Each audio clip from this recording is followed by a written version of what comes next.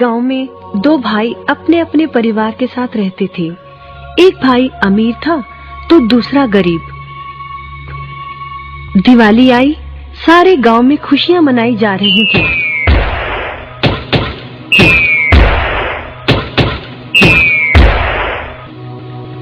परंतु छोटे भाई के पास तो खाने लायक भी कुछ नहीं था। वह बड़े भाई के पास मदद मांगने गया। बड़े भाई ने दुत्कार कर बैरंग वापस भेज दिया। बेचारा उदास लौट रहा था कि रास्ते में एक बूढ़ा दिखाई दिया। बूढ़े के पास लकड़ियों का एक बड़ा सा गट्ठर था। बूढ़े ने उससे पूछा, क्या बात है बेटे, बहुत उदास हो? दिवाली पर तो खुश होना चाहिए। काहे की दिवाली ताऊ, मेरे भाई ने भी मेरी मदद नहीं की। मेरा परिवार भूखों मर रहा है और मैं कुछ नहीं कर पा रहा। यदि तुम मेरी मदद करो, इन लकड़ियों के गट्ठर को मेरे घर पहुंचा दो, तो मैं तुम्हें जो दूंगा उससे तुम अमीर हो जाओगे। छोटा बूढ़े के पीछे चलता हुआ लकड़ियों के गट्ठर को उसके घर छोड़ आया। बूढ़े ने छोटे को एक मालपुआ दिया और बोला, जंगल में जाना, एक जगह अजीब तरह के 3 पेड़ तुम्हें दिखेंगे, जिसके पास एक चट्टान होगी। ध्यान से देखोगे तो चट्टान के कोने में तुम्हें एक गुफा का एक मुंह दिखेगा। गुफा में चले जाना, वहां 3 बौने रहते हैं। मालपुआ उन्हें बहुत पसंद है, वैसे किसी भी कीमत पर छोड़ेंगे नहीं। तुम उनसे धन नहीं मांगना, बल्कि कहना मुझे पत्थर की चक्की दे दो। छोटा भाई गुफा में जा पहुंचा। उसके हाथ में मालपुआ देखकर एक बौना बोला, ये मुझे दे दो, मैं तुम्हें इसके बदले में जो कहोगे दे दूंगा। छोटा बोला, मुझे बस अपनी पत्थर की चक्की दे दो। चक्की लेकर छोटा जैसे ही चलने लगा, बौना बोला, इसे मामूली चक्की ना समझना। इसे घुमाने पर तुम जो मांगोगे इसमें से निकलता रहेगा।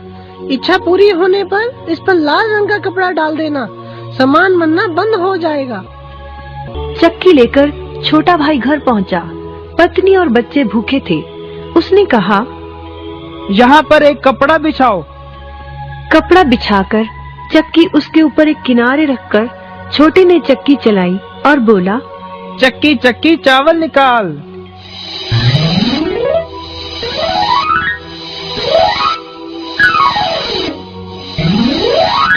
बस चावलों का ढेर लगना शुरू हो गया। लाल कपड़े से चक्की को ढककर छोटे ने फिर कपड़ा हटाया और दोबारा चक्की चलाकर बोला, चक्की चक्की दाल निकाल।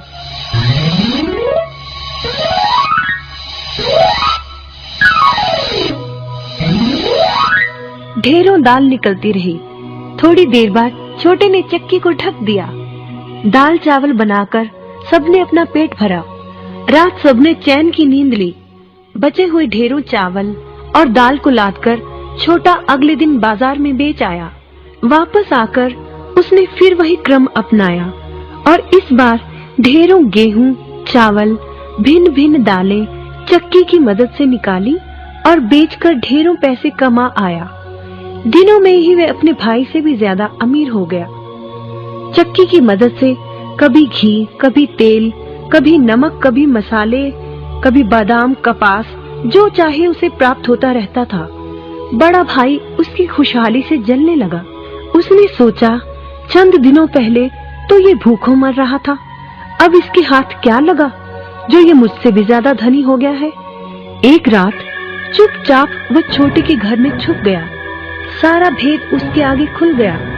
अगले दिन जब छोटा बाजार सामान बेचने गया था, तो बड़ा भाई छोटे के घर पहुंचा और उसके घर से चक्की चुरा कर ले आया और अपने परिवार को लेकर दूर कहीं टापू में जाकर बसने के इरादे से घर से चल पड़ा।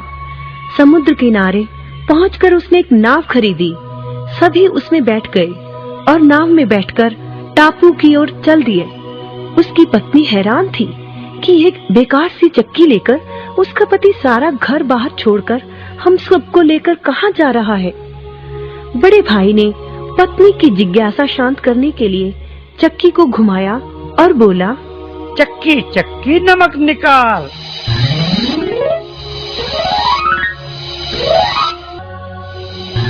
बस फिर क्या था, नमक का ढेर नाव में लगना शुरू हो गया और नाव डूबने लगी।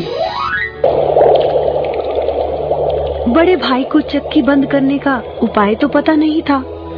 उन सब की जल समाधि बन गई। सभी चक्की समेत समुद्र में डूब गए।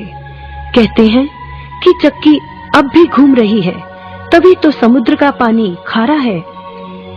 शिक्षा, लालच बुरी बला है।